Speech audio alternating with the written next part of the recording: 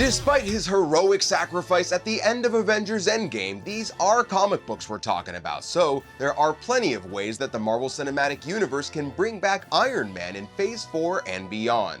Tony Stark is a fan favorite, and while it's unlikely they'd undo his death, there are still a ton of ways for the genius billionaire playboy philanthropist to return in some capacity. Howdy folks, I'm Greg Elliott with Screen Rant, and here is how we think Iron Man could return in Phase 4 of the MCU.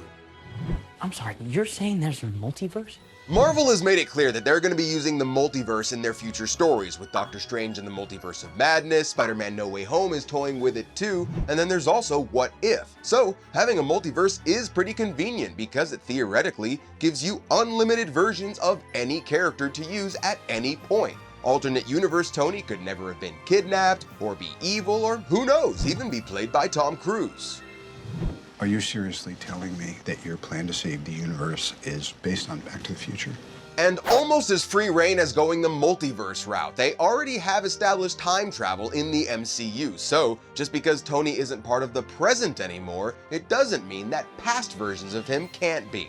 The new Loki series will be involving different timelines, and Black Widow does take place in the past after Captain America Civil War, so while we're not saying that Robert Downey Jr. is gonna make an appearance in either of those, any Marvel plotline that goes to the past could very well cross paths with an earlier version of Tony Stark. I am Iron Man. There's also the tried and true flashback, which they could easily do with something like unused footage. He could show up as another binarily augmented retro-framing projection like he did in Civil War, a recorded holo message like the one he left behind in Endgame, or he could possibly even come back as an LMD, or life model decoy.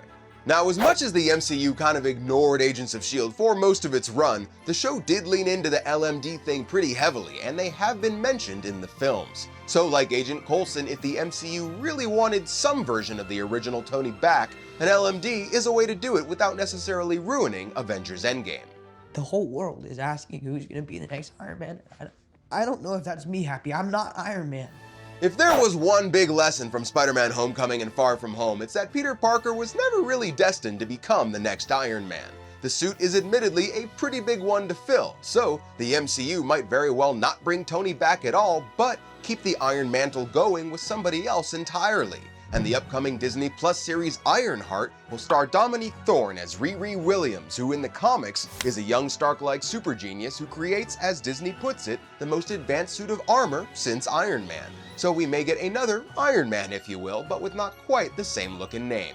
But Ironheart might actually give them another way to bring Tony back. In Marvel Comics, there have been several AI versions of Tony Stark. The first, Tony Stark 2.0, appeared in Iron Man Hypervelocity, the second in Superior Iron Man, and in the recent Ironheart comics, the third AI, known as Little Tony, was shipped to Riri when Tony went into a coma after the second Civil War event. It called itself the essence of Tony Stark, and it helped Riri create her new suit of armor and gave her the name Ironheart. So Tony could come back as a digital copy or just a voice like Jarvis or Friday or Edith. Now, of course, the MCU might never bring him back in any format, but even though the Iron Man who died in Avengers Endgame is really gone, that doesn't mean that the MCU couldn't find other ways to bring Shellhead back in Phase 4. And we'll let you know the second we hear anything like that, so keep coming back to Screen Rant for all the best Marvel news and info. I'm Greg Elliott, thank you for watching, and I'm out. See ya.